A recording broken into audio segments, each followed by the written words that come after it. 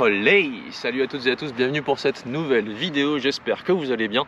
De mon côté, tout va nickel, il fait pas super beau en cette fin d'automne, mais bon, c'est logique, il a tellement fait beau depuis le début de l'année qu'à un moment donné, il faut bien qu'il pleuve un petit peu, ça fait du bien au terrain. Avant de commencer, comme d'hab, donc aujourd'hui je vais quand même vous dire de quoi je vais parler d'approche roulée et de ma technique secrète pour faire mes approches roulées et pour n'en rater, on va pas dire aucune, mais on va dire moins qu'avant en tout cas. Avant toute chose, comme d'hab, vous likez, vous partagez, vous abonnez à la cloche, non, vous abonnez à la chaîne et vous activez la cloche de notification si je mets dans ce sens là. Et vous allez checker aussi en description de cette vidéo, avec Chris on vous a concocté des petites vidéos pour vous tester afin de connaître vos points forts, vos points faibles, pour orienter vos entraînements cet hiver et commencer l'année 2023 sous de meilleurs auspices. Allez, let's go. Donc au niveau des approches roulées, donc là j'ai pris vraiment la situation basique de chez basique. J'ai 1,50 m d'avant-green. J'ai pas envie de poter, j'aurais pu hein, mais j'ai pas envie de poter pour les besoins de la vidéo, aussi parce que j'ai envie d'annihiler toute notion de réussite et de chance par rapport à ce qui se trouve devant moi. Je vais plutôt la faire atterrir sur le green directement. Donc j'avais déjà fait une vidéo avec Chris où je vous ai expliqué que je grippais en inversé. Pour les besoins de cette vidéo, je vais mettre le grip normal. Je sais encore chipper en grip normal, il n'y a pas de souci. Et je vais surtout vous expliquer une petite notion peut-être vous n'avez jamais entendu et qui je pense vous aidera beaucoup. Souvent on explique pour les approches roulées qu'il faut mettre la balle plutôt pied arrière, le poids plutôt pied avant, 70%, les mains en avant et essayer de conserver cet angle là pendant toute la durée du geste. Je suis d'accord avec ça, ça marche hein, d'ailleurs, vous allez voir. Voilà. Le petit souci c'est que la balle sort très forte, elle jaillit très forte du club. Et je vois bon nombre d'amateurs qui chipent de cette manière-là. Il y a un point positif à ça, c'est que ça permet de verrouiller un petit peu, on va dire au-dessus de la jambe avant tout le geste, et donc d'avoir un geste qui va être régulier. Le petit souci, c'est que la balle va sortir très forte du club. Et le deuxième petit souci, c'est que souvent, surtout en hiver, en ce moment c'est clairement le cas, on va positionner le club tellement en avant qu'on risque de prendre, le sol avec l'arête du club. Et ce qui se passe dans ce cas-là, vous le voyez venir, c'est une gratte. C'est-à-dire que là, clairement, ça enlève un divot alors que je fais un chip.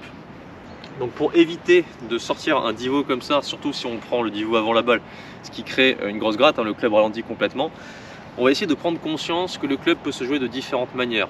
En l'occurrence, pour faire une approche levée, on va plutôt expliquer de cette manière-là. On va mettre la balle plutôt au centre des pieds et plutôt que d'imaginer, je dis beaucoup plutôt, j'adore plutôt d'ailleurs, plutôt que d'imaginer, oh je recommence en plus, il faut une autre formulation bon sang. Au lieu d'imaginer des mains qui vont fonctionner devant avec un club qui va présenter l'arête du club sur le sol directement, on va imaginer un club qui va venir glisser sur le sol comme une approche levée. Donc une approche levée, ça ressemble plutôt à ça.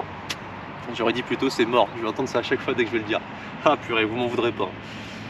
Donc une approche levée, on laisse passer le club devant, alors qu'une approche roulée, on laisse les mains devant. Là on va essayer de faire une approche levée avec un club fermé. Autrement dit, je vais laisser le club passer devant, comme pour une approche levée, sauf que cette fois-ci, je vais le faire avec un pitch. Ça va donner ça.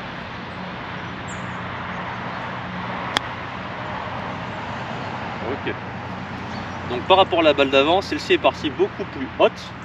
Elle est quand même partie basse parce que j'ai pris un pitch. Elle est partie plus haute parce que j'ai laissé le club passer devant. Les bénéfices de cette manière d'approcher sont multiples. La première chose, on évite les grosses grattes. C'est-à-dire que si jamais je touche le sol avant, vu que je viens impacter le sol avec le bounce plutôt que l'arête, une gratte ce ne sera qu'une petite gratte, ce ne sera pas une grosse gratte. Donc elle atteindra peut-être des genres de drapeau si jamais elle roule un petit peu. Donc on minimise les risques de contact, donc on améliore forcément son ratio de proximité avec le drapeau. Et ça permet aussi d'avoir une balle qui part beaucoup plus molle du club et qui à terme est beaucoup plus facile à gérer en termes de profondeur, qui une fois qu'elle atterrit sur le green n'a pas un rebond trop fort, donc plus simple aussi à gérer au niveau de la roule. Donc c'est un mix en fait d'approche, on va dire, de technique d'approche roulée puisque j'ai un club, enfin, c'est une approche roulée puisque j'ai un club fermé, mais avec une technique d'approche un peu levée. Ce que je veux dire par là, c'est que souvent on scinde un petit peu trop le jeu de golf par approche roulée, approche levée, lob shot. Simplement, il n'y a pas que 3 techniques et que 3 trajectoires dans le jeu de golf. Il y en a 15 000. Ça part du putt qui roule directement à l'approche levée qui part à 80 degrés vers le ciel. et entre ces deux extrémités, on va dire, ces extrêmes, pardon, il va y avoir tout le reste. Les bénéfices de ma manière de faire, c'est que je m'assure vraiment le contact, et aussi, comme je l'ai dit, je fais partie d'une balle plus molle. Ce qu'il faut que vous fassiez, c'est prendre conscience véritablement de la manière dont vous faites jouer votre club. Quand je suis devant la balle, j'ai littéralement conscience de la partie du club qui va toucher le sol. Plutôt l'arête inférieure, donc celle-ci. Pas celle-ci, celle-ci. Si en zone d'impact, j'essaye de faire toucher le sol par cette arête inférieure, même en voulant absolument faire une gratte, le club rebondit quand même. Ce qui est complètement différent de ça. Donc là, je sors un divot parce que j'amène l'arête. Alors que dans ma technique, en prenant cette partie-là, je ne peux pas faire de divot, c'est impossible. Sauf si le sol est ultra gras, et encore. Donc je la refais. Mauvais rebond, mais elle était bien sortie du club. Voilà, contrairement à